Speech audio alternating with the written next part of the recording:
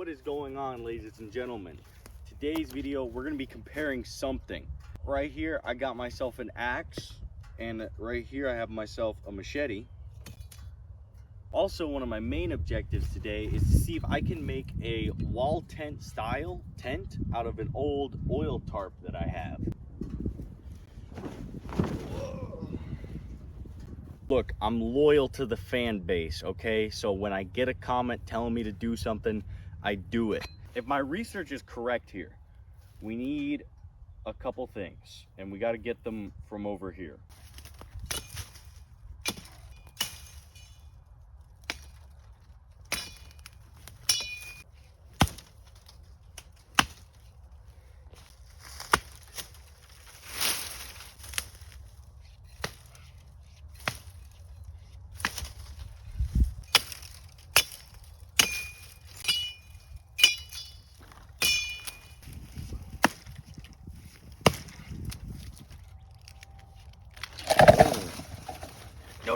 No. Or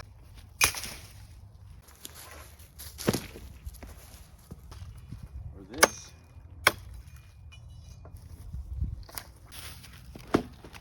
All right, he'll be the ridge pole. So if I just kind of try to set them together, when I could hit it once with the axe.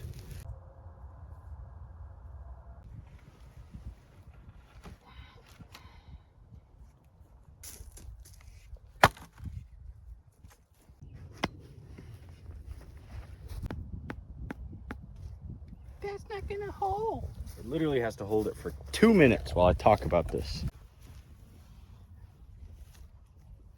We got our little shelter here built. It's pretty nice, actually. Big thing I wanted to do today was just build something that would keep me out of the sun while I talk. So as you saw, we cut the supporting posts here, and then we made our ridge post. We cut our ridge post, we tied it all together, and then we got the tarp strung out across it, and we staked it down. Now, when it came to actually cutting down the posts, it was a lot easier to do that with an axe. The reason is axes are just much better at cutting larger posts and limbs, right? We know that. Axes are a lot heavier, and you have a lot more leverage to get deeper cuts and do more damage to whatever you're trying to cut down. Machetes are obviously a lot lighter, and so it's easier to cut small things with the machete, which is why they work so good for cutting off tiny limbs that might be on your posts. In this case, we cut down a lot of trees here that had a lot of tiny limbs on them.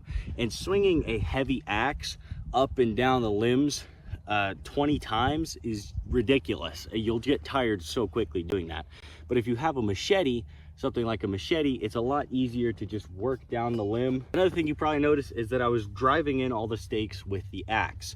And the reason for that, again, is because it's a heavier object and you get more leverage, so it's easier to drive things into the ground. So my legs look like they're probably not as feminine as you thought. So in my limited knowledge of machetes, I think there's probably about 3 different types of machetes. You have your small machetes, like this guy right here. You've got your medium machetes, like this one, which you'll probably see in the vast majority of this video.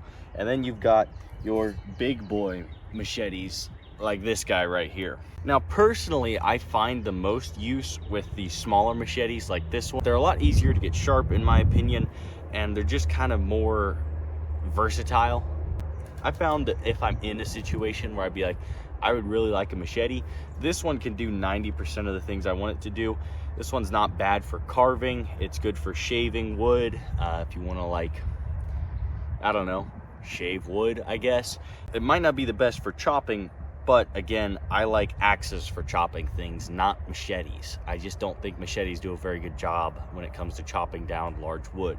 Actually, I think that most people would agree with me in that regard. This medium-sized machete isn't bad, but it is kind of hard if you do want to shave things down. You kind of got to grab it like this, and it's just kind of annoying, right? Because you've got a lot of surface you got to control, and it's quite, bendy, as a machete should be. Versus something like this, it's not as hard to control, and usually, yeah, like that's not doing a bad job of just shaving down that guy right there. Now, one thing I think we just have to address is this giant machete right here. I honestly cannot name a single time that I've used this thing. Before I dog on this machete too much, we gotta use this thing. We gotta see if it's worth, I don't know, worth something. Let's go find something to cut down. This guy right here, this Japanese holly, take him out real quick. All right, let's go over here. This limb is in my way. Take care of that. It's honestly, it's not bad. It's really not bad. The downed limb of Siberian elm. Let's see what damage we can do. Yeah, see, that's the problem. It cuts, it'll get in there, but you can't really chip the wood off like you can with an axe. So after slightly further testing, I can go ahead and say that this thing isn't completely useless. I still don't really know the application of this thing, other than the fact that it's a big ass machete and it does big ass machete things. What more do you really need? You could make a serious paddle, a bendy paddle, but it would be a paddle. I mean, you could really, like, that would hurt. Obviously machetes are meant to be flexible, right?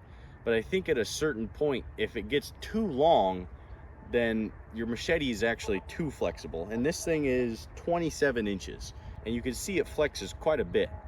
So the problem is it's kind of like grabbing a long PVC pipe. Like if you were to hit something with a really long PVC pipe, you know how they bend a lot and they just kind of like bend over whatever you hit them? I don't know if that's the right word to use, but that's what I'm gonna use. And so that's kind of what this feels like. I guess maybe if I lived in a jungle. If I lived in a jungle, maybe this would be more useful. I don't live in a jungle though. I'm afraid that my bias is a product of my location.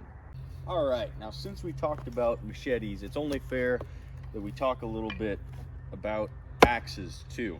The first axe I want to show you guys is a tomahawk. Now there's a lot of smaller hatchets out there. I get a lot of use from these smaller hatchets. They're a lot easier to carry, right?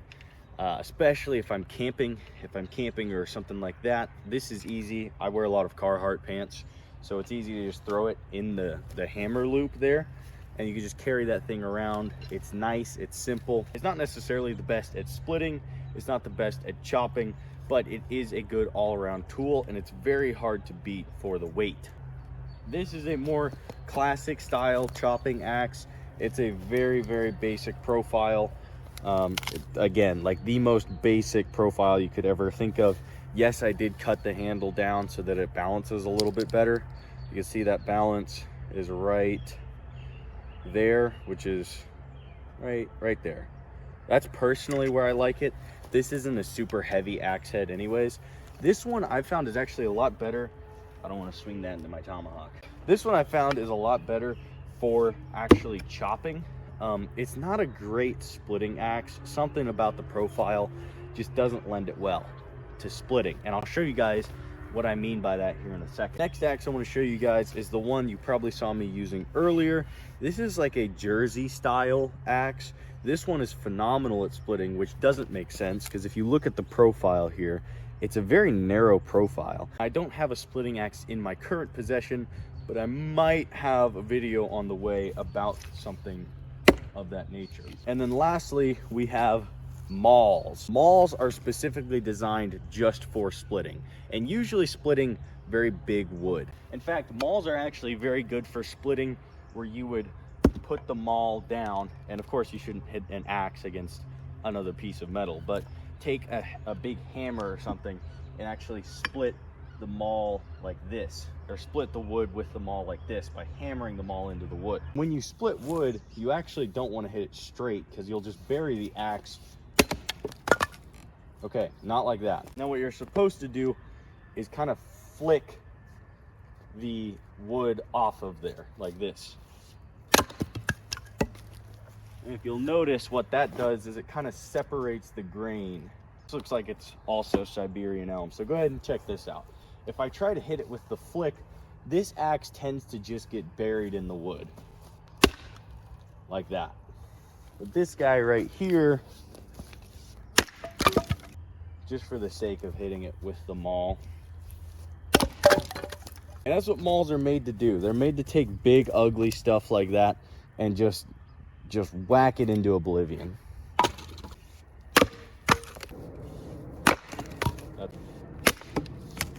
There it is. See, it's just not the same. And then you're stuck and you got to do this. And it works, don't get me wrong. And if you want to use the tomahawk, this is about right here. And usually you just end up sitting there doing this the whole time. So you've probably heard me say this a few times now, that I don't live near or in a jungle, which I'm sure you can tell. I live in the Midwest. I'm nowhere near a jungle. So in reality, I really just don't need a machete. However, I do warm my house with wood from my wood stove.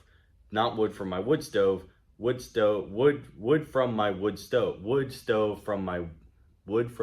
Wood in my wood stove.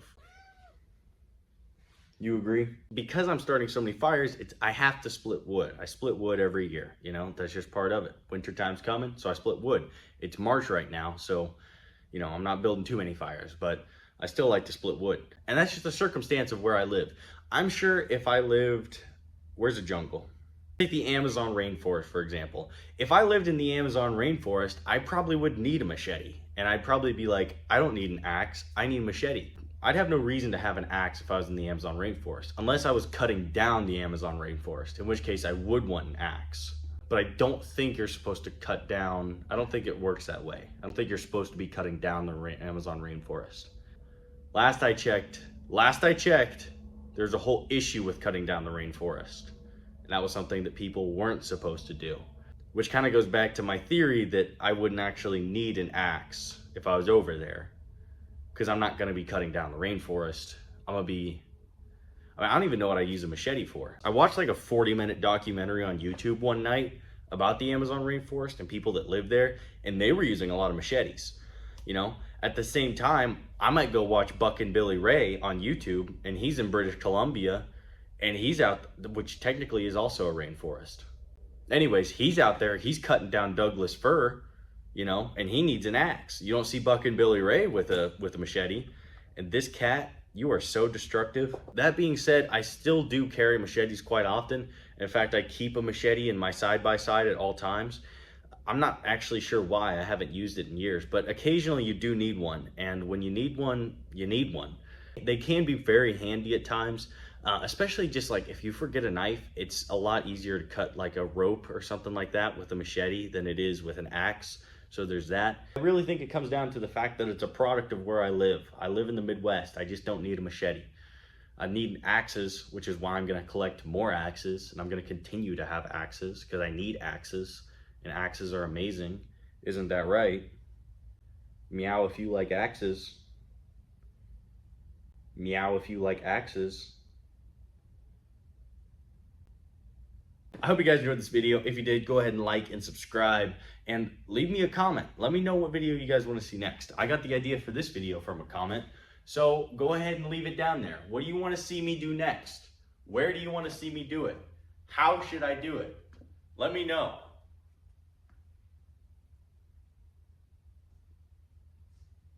Better be typing. Better be typing right now.